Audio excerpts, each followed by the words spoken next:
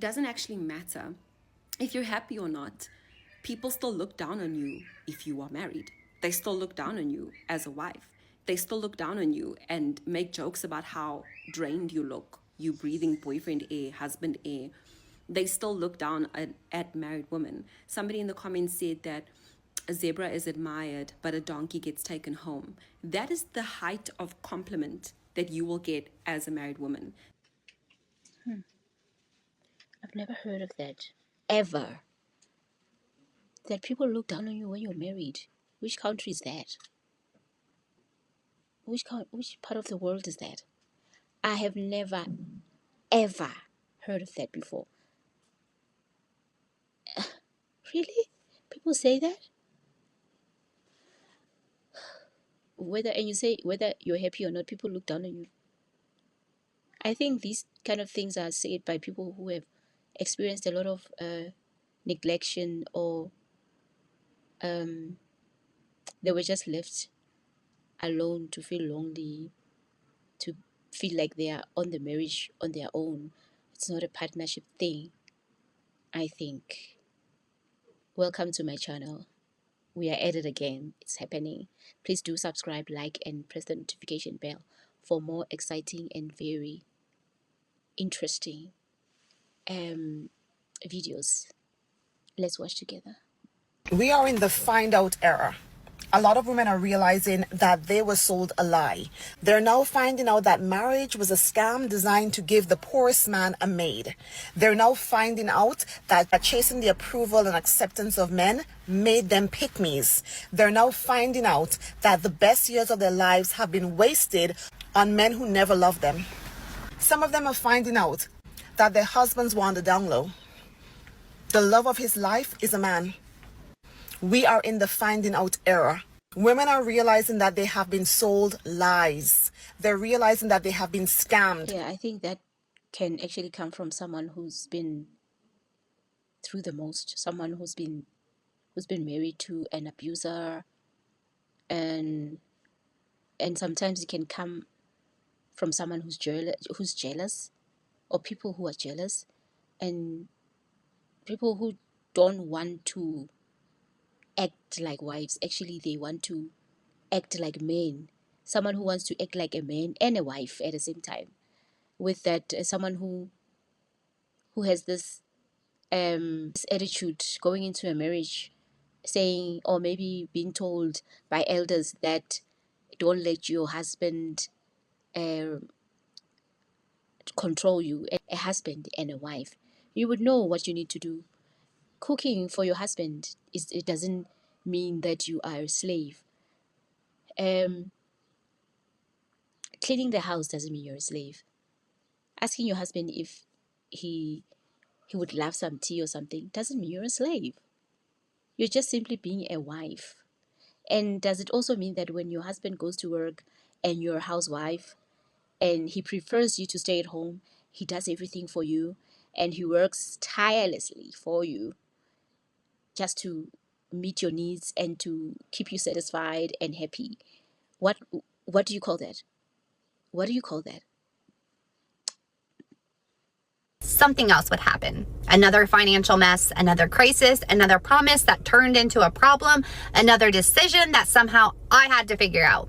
And I kept thinking, if I just work harder, if I stay patient, if I just fix this one thing, maybe this will be the last time. It never was. Because every time that I pulled us forward, he made a decision that pulled us right back. And I became so good at surviving, really good at fixing, really, really good at cleaning up disasters that I didn't create. And I wore that like it was something to be proud of. But looking back, I should have had to become an expert at rebuilding my own life while I was still married. And eventually I realized something that still hurts to admit. I wasn't rebuilding her life. I was rebuilding from his last decision over and over and over again. I spent 10 years thinking I was fighting for our future. I didn't realize I was fighting against the person I was trying to build it with. And that's a battle no amount of love, loyalty, or hard work will ever. I knew the night I got married that I had made a mistake. One of the top three reasons why women even consider ending a long-term marriage or even a short-term one is that their emotional needs are not being met. They don't feel valued, they don't feel seen, and they don't feel loved. They don't feel. This is a lie from the enemy. It's like some kind of a propaganda, because obviously when these kind of topics are going viral and they're like everywhere, and we have young ones, we have like young adults, we still have like future coming generations. And obviously when they come across these kind of videos, women regretting their marriage and not acknowledging that something went wrong there and what that is, and not every man or woman is like that. Because I mean, you see, it's like they're crushing the whole idea of getting married. What's going to happen? So people are not going to get married. I mean, a marriage is something that is ordained by God. If you include God in your marriage, he takes away everything that the enemy planted in human beings. Loneliness, feeling like you're a slave, feeling like you're like all the negativities. God shows you the most amazing and beautiful thing about marriage. Marriage is beautiful. It is. I know it. Because God is in it. My first husband didn't like me very much. He did marry me. I don't know, but the way he treated me, he clearly didn't like me very much. You know how somebody will do something that you don't understand, and even when they explain it to you, you don't know what they're talking about. And so then you think about it like maybe once a month for 30 years, and then something happens and it just clicks and you're like, oh my gosh, that's what it was about. His sister had made all these cookies, and we lived in a different state. She ships us these homemade cookies, and they're not very good. And he agrees that they're not very good. For like a week or two, he's like, do you want a cookie? Do you want a cookie? Why don't you have a cookie? And I was getting really sick of him asking me if I wanted a cookie. So he wouldn't shut up about us needing to eat these gross cookies. And so I'm like, just tell her we ate them. Tell her they were good. We like them. We ate them. It's not that big of a deal. You lie to me about crap like that all the time. And he said, yeah, but she's my sister. I'm like, what? And he's like, she's family. It's different. I'm like, I'm your wife. I'm family. He's like, you're not family. I was stunned. I was like, I am your family. I'm married to you. I'm your wife. That makes me family. He goes, no, it doesn't. I'm like, what are you talking about? It definitely does. And he's like, no. He goes, the only people that can be family is people that you're related to by blood. And I'm like, who told you that? And he goes, my mom and dad. And I was like, are you kidding me? And he's just like, yeah, I said, but is your mom and dad family? And he goes, well, yeah. And I was like, well, okay, how is that possible? Because they're married. He's like, yeah, but they've been married for a really long time and they have kids together and blah, blah, blah. It's just different.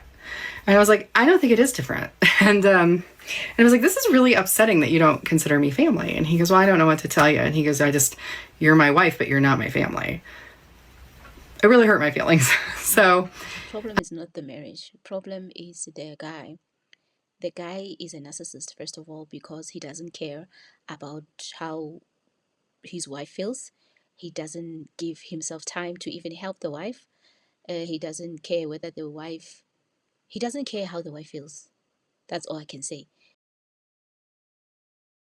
A marriage itself is not a curse. People make it a curse. Narcissists in marriage make it a curse, like as if it's the biggest mistake you can make. So I hope that lady doesn't give up on herself, doesn't give up on life as well, doesn't give up on marriage as well, because there is someone out there who was created, who was made for her, someone who will cherish her and want to take time to know how she feels about everything, and to make it a point that she's happy, and go the extra mile to experience and hear her laugh, and make sure that she's happy. The guy has issues, and I won't say, I don't really promote therapy, and I don't really tell people to go to therapists, because yes, you go to therapist, you talk to the therapist, and but you've probably talked about this to like 50, 100 people, and it did nothing for you. All I can say is that, again, give everything to God and ask God to lead everything for you. Care what anyone says, but you do not know your husband until you're divorcing him as a stay-at-home mom. Until you've seen him look at you and go, you're gonna have to get a job now, you're gonna have to pay for it. Or what makes you think you're gonna get custody of the kids since you haven't worked in 10 years. You won't know who they are until they cut off all your resources. You don't know who they are until you see them shut off the electric bill because they're mad that they lost control over you. I got married when I was 26 and I got divorced in 2022. And there are so many things that I wish a matriarch or a wise friend or an older sister had told me, and no one did. And so because of that, I'm going to tell you the things that I wish I had known before I got married and before. Listen, it's either a man or a woman, not marriage on its own. Sometimes you find that you were happy before you got married, and then you get married, one of you starts cheating. You know, marriage is a covenant. Marriage is like you have to agree and you have to sacrifice, you have to compromise. And it's not a one person thing. Marriage is a partnership. You have to know that, you know what, we are getting into this, we have to make it work. You can't do that on your own. Obviously, I would like to believe 99% of married people went into it saying, we will work it out, we will go in together, we will figure it out, we will fight for us. But you can never do this without God. Never, ever. God is the one who's going to fight for you, because we go through a lot in this world. As a wife, I go through a lot. I have kids, I have my sisters, I have my parents, I have friends. Though I don't go out with friends, like I don't usually, it's a 1-2 time thing. So, but we go through a lot, but you know, you have to give everything to God. Your partner has to do the same. And believe me, friends, you don't ever put friends first before your marriage, or don't ever involve your friends in marriage. Whether you grew up with them or they are college friends or church friends or whatever, your therapist is God. Believe me, your therapist is God, and he will give you answers when it's due. Just keep praying. Wait, while you pray, wait, it will happen. I got married when I was 26 and I got divorced in 2022.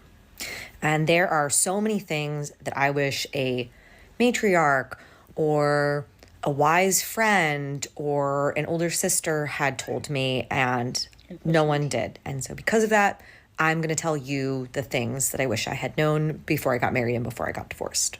For one, because my generation was raised on Disney movies, and I think not many of us ever saw representations of what comes after the roll credits and the happy ending. Someone had told me that love and marriage are not the same thing.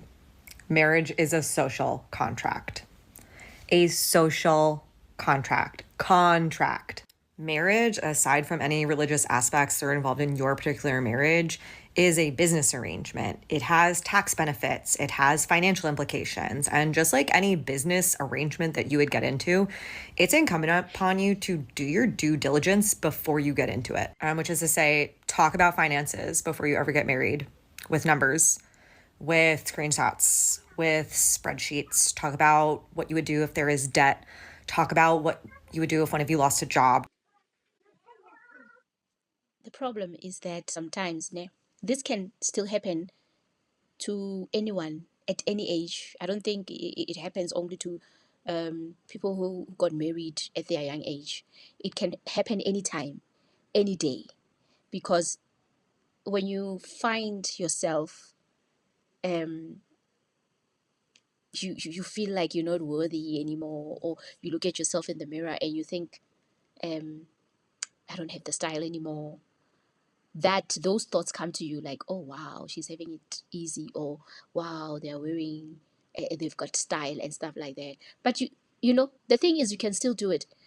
Because your life, you can transform your life at any age, 50, 60. If you want your hair short at 50, 60, why not? If you want to do to have dreadlocks or whatever, you can still do that. You know, you can still go out with your friend or your sister, or a solo lunch or something. You can still do that. If you don't have friends, you can always invite your sister to lunch. You can always visit places, do things that you've never done before, or do things that you've always wanted to do. That's why it's important to have, even if you're a stay-home mom, do something like a side hustle job or something. Don't just sit there and wait for your husband to sponsor you. Don't wait for your husband to sponsor you, especially if your husband is giving you a hard time or trying to control you. And again, you see, that's the problem. The problem starts right there. It's not the marriage, it's your partner. Can be a wife, can be a husband, can be anyone.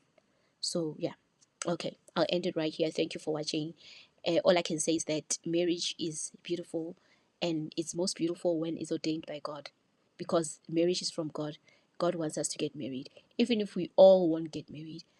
But marriage is a beautiful thing, and involve God in your marriage, and you will see miracles. You will see miracles. Pray for your partner, whether pray for your wife, pray for your husband, pray for each other. Cover each other more than you cover yourself. Do pray for yourself, but also cover each other. Thank you for watching. See you next time.